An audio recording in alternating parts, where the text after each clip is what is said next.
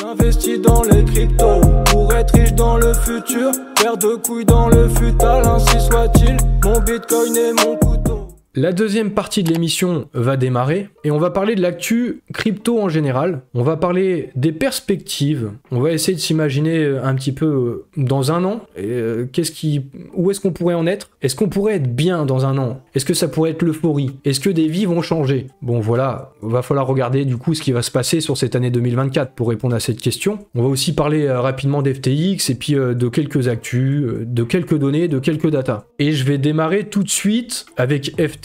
Ça va aller vite, hein. FTX va rembourser en principe l'intégralité des clients, des milliards de pertes. Par contre, rembourser intégralement, ça veut pas dire que c'est génial. Il y en a peut-être parmi vous, j'ai un pote notamment qui est concerné et qui a perdu la thune sur FTX. En fait, ce que vous allez récupérer, c'est l'équivalent du prix des actifs en dollars au moment du 12 novembre 2022, c'est-à-dire sur le bottom, au moment où les prix étaient grosso modo au plus bas. Du coup, c'est pas génial. On a un Bitcoin plus ou moins sur les 40 000 $ en ce moment. Bah là, ce sera le prix du Bitcoin à 16 000 $, grosso modo. Donc, si vous aviez acheté un Bitcoin, vous allez recevoir 16 000 $ et non pas 40 000 $. Voilà. Et une autre nouvelle au sujet d'FTX, peut-être comme ça on pourra tourner la page enfin et en terminer avec FTX, mais je suis pas sûr, on risque encore d'en parler peut-être pendant des années, en tout cas on s'en souviendra. FTX ne devrait pas être relancé d'après des responsables de la liquidation et de la récupération et remboursement des clients. Donc ça devrait pas redémarrer, il en était question à un moment, peut-être sous un autre nom, mais voilà, c'est apparemment entériné et terminé définitivement pour FTX. Maintenant, je vais parler rapidement des pubs. Google autorise désormais les publicités pour les ETF Bitcoin Spot aux États-Unis. Donc ça, c'est bien pour qu'un maximum de gens soient exposés et du coup qu'il y ait de nouveaux entrants sur le marché crypto. Je vais pas m'étaler sur cette news, mais par contre, après la validation des ETF Bitcoin, Coinbase voit un début de mouvement d'envergure. Le moment qu'on attendait tous, parce qu'en fait, c'est l'arrivée des institutionnels qui changent la donne, en tout cas d'après Coinbase. Le responsable de Coinbase, Brett Tejpaul, il a dit « Je pense que le plus intéressant dans cette histoire, c'est qu'à partir de maintenant, la crypto-monnaie peut se généraliser. Après toutes ces années où ils ont essayé de développer tout ça et d'attirer les institutionnels, eh bien on est exactement à ce moment-là, le moment qu'on attendait tous. Et pour eux, le prochain chapitre de cette classe d'actifs démarre aujourd'hui. Voilà, c'est un petit peu comme pour Benjamin, c'est un nouveau chapitre qui démarre. Donc c'est pas le seul à parler comme ça, à ces petites références Multiversix dans l'émission Crypto Générale. Mettez un like. Aussi, un point qui est noté, c'est que du côté de tous les grands noms, de tous les grands fonds d'investissement maintenant qui ont leurs ETF, un truc qui ressort et qui revient souvent, d'après ces gestionnaires d'actifs, c'est qu'ils ont une forte demande, une demande importante de la part de leurs clients qui sont demandeurs, du coup, qui veulent du Bitcoin. Donc c'est plutôt bon signe pour l'année 2024. Et du coup, pour la perspective d'un beau bull run et peut-être d'une belle euphorie en 2025. On n'y est pas encore, mais ce qu'on peut remarquer, et pour voir si on va effectivement vers un mouvement d'envergure, même si pour l'instant on n'est qu'aux prémices, il y a peut-être quelques indicateurs. Comme là nous dit Crypto Daily, le volume d'échanges crypto augmente, et ça a été plus élevé là en janvier que sur n'importe quel mois de l'année 2023. On voit ça ici distinctement avec les histogrammes. On voit notamment sur la fin de l'année, à partir de novembre et décembre-janvier, il y a une augmentation du volume. L'augmentation du volume, c'est une bonne chose. Également, il y a plus de stablecoins. L'offre totale de stablecoins est désormais de 135 milliards de dollars, soit autant qu'en septembre 2021. Alors, c'est pas non plus quelque chose d'énorme, là, comme on voit sur le graphique, mais c'est peut-être un début de quelque chose. Et je me dis, je me fais cette réflexion, c'est peut-être juste en partie vrai, mais je pense que quand il y a une augmentation des stablecoins, c'est aussi qu'il y a une augmentation de la liquidité sur le marché. Prêt à acheter des corrections, des points bas. Cependant, n'oublions pas, et je vous en parlais déjà la semaine dernière, on se trouve peut-être quand même sur un top local, comme dans les cycles précédents, le top local, un mid-top en 2024, c'est toujours, c'est des indicateurs, c'est des Fibonacci, c'est des lignes, etc. Je me fous des noms des indicateurs, vraiment, c'est pas ça le plus important. Mais juste, ce qu'il faut remarquer, c'est globalement que ça se passe comme les années précédentes, et du coup, comme les années précédentes, bah voilà, on a peut-être entamé cette phase de correction. Je vous le rappelle juste, en tout cas, une phase de correction sur Bitcoin, et il pourrait y avoir un retest là de la ligne bleue, donc qui pour l'instant est à un niveau des 30 000 $. Mais ce retest, ce sera peut-être dans un mois, dans 2 mois, et ce sera peut-être pas 30 000 $. Et peut-être qu'on a déjà fait le point bas, ou peut-être pas. Voilà, vous savez, c'est l'analyse technique, on sait jamais, en haut ou en bas, etc. Par contre,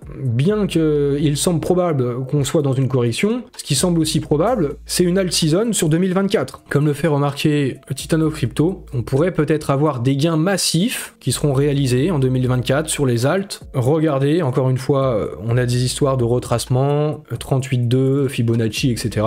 Bon, ce qu'il faut retenir, en fait, c'est un petit peu comme les rébus, là, ou les équations où vous avez des formes et vous devez deviner la suite. Moi, je regarde plus ça comme ça, quand j'essaie de comprendre, et sur des horizons de temps longs, sur des longues time frames. Là, on est sur des temps longs, et c'est là où on peut peut-être relever des choses pertinentes qui nous permettent d'entrevoir ce qui pourrait se passer par la suite. Donc il se passe les mêmes choses, consolidation, une résistance là, les 38.2, etc., Fibonacci, double breakout, ça on s'en fout des noms, hein, je vous dis. C'est la logique, vous comprenez la logique, ça devrait monter, voilà, c'est tout ce que vous devez comprendre. C'est ce qui est en tout cas le plus probable, et du coup une alt season. Je vous fais passer le message aussi, hein, ces dernières semaines, on verra hein, sur 2024, peut-être que quand on regardera ça dans un an, on verra, peut-être c'est ça qui sera passé ou non. Mais vu que j'essaye de prendre du recul et regarder ça sur un plan large, et ben alors peut-être que c'est comme ça que ça se passera, hein, même si c'est pas sûr. Regardons du coup les indicateurs peut-être importants hein, pour essayer de voir loin, vraiment. Essayez de faire ça, essayez de vous faire votre avis de cette manière-là. Et regardons des indicateurs pertinents comme les taux d'intérêt, ça c'est pertinent parce que la liquidité dépend de ça. La liquidité sur les marchés et du coup les hausses ou les baisses, parce que c'est ça qui nous intéresse, hein, c'est le prix à un moment et le retour sur investissement aussi. La BCE n'augmentera pas ses taux directeurs, ça se maintient à 4,5%. Par contre, Christine Lagarde elle insiste sur le fait que les taux devront rester encore à ce niveau pendant un moment pour s'assurer que l'inflation va bien continuer de baisser et atteindre leurs objectifs de plus ou moins 2%. C'est le même son de cloche du côté de la Fed aux États-Unis. Pour l'instant, pas de baisse de taux, on reste sur le même niveau. Ils attendent d'avoir plus de confiance sur le fait que l'inflation retournera durablement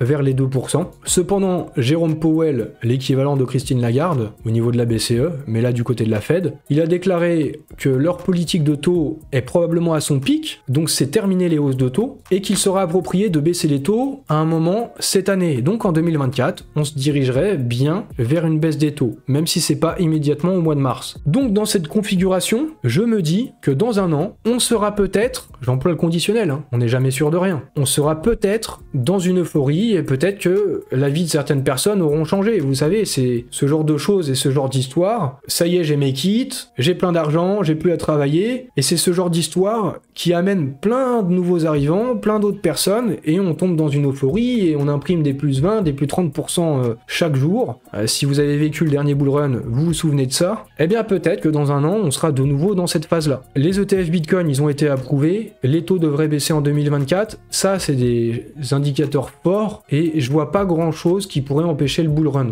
En tout cas, parmi les choses qui sont prévisibles, bien sûr, il y a des choses imprévisibles qui peuvent se passer. Je sais qu'il y a le marché chinois qui s'écroule, donc il peut y avoir des craintes de ce côté-là. Évidemment, on peut toujours avoir des craintes de conflits qui dégénèrent, des troisièmes guerres mondiales, des invasions extraterrestres. Vous savez, depuis quelques années, on est à l'abri de rien, donc tout peut arriver, mais on est obligé quand même de se baser seulement sur les choses connues et concrètes. Donc voilà, hein, c'est ce que j'essaye de faire. On va pas aller spéculer sur des choses qu'on ne sait pas, ça c'est pas possible. Donc pour l'instant, je m'en tiens à ça. Il y a quand même une bonne probabilité qu'en 2024, eh bien, on soit bien. En tout cas, je l'espère, pour tout le monde. Je regarde aussi d'autres choses, j'essaie de voir d'autres indicateurs, et régulièrement, je regarde sur Google Trends s'il y a une tendance ou pas sur les recherches Bitcoin. Quand on tape Bitcoin dans Google, est-ce qu'il y a un intérêt pour Bitcoin? Et là, on voit sur le graphique, il semble avoir de nouveau peut-être un tout début de regain d'intérêt. Encore une fois, j'utilise le conditionnel, parce que ça peut peut-être retomber,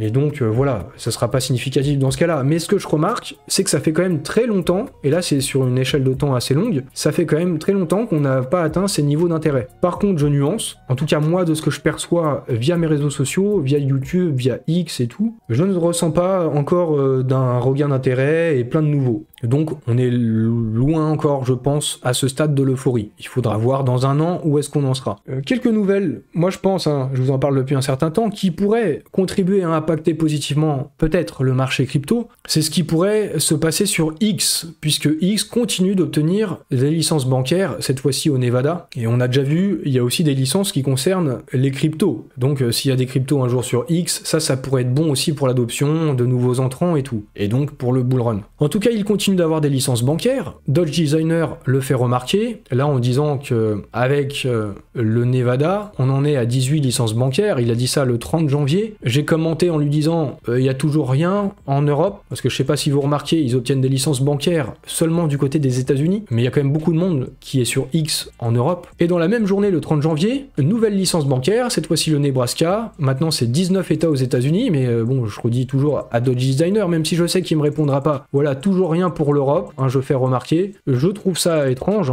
pourquoi? Pour l'Europe, il n'y aura rien, du coup. Pas de produits bancaires, rien. Pour l'Europe, en tout cas, pour l'instant, on parle là-dessus. Concernant le Vision Pro, je vous en parle un peu parce que ça concerne le métaverse, indirectement. Un casque de réalité mixte comme ça, c'est le genre de truc qui va aussi contribuer à nous faire entrer dans le métaverse et contribuer à l'adoption de ces nouvelles technologies et du coup aussi à la fin, au bout du compte, la blockchain. Là, ce qu'on voit, c'est une conversation entre différentes personnes et ils disent c'est des conversations longues. Quand ils parlent, là, leur visage, c'est pas vraiment leur visage, c'est un avatar.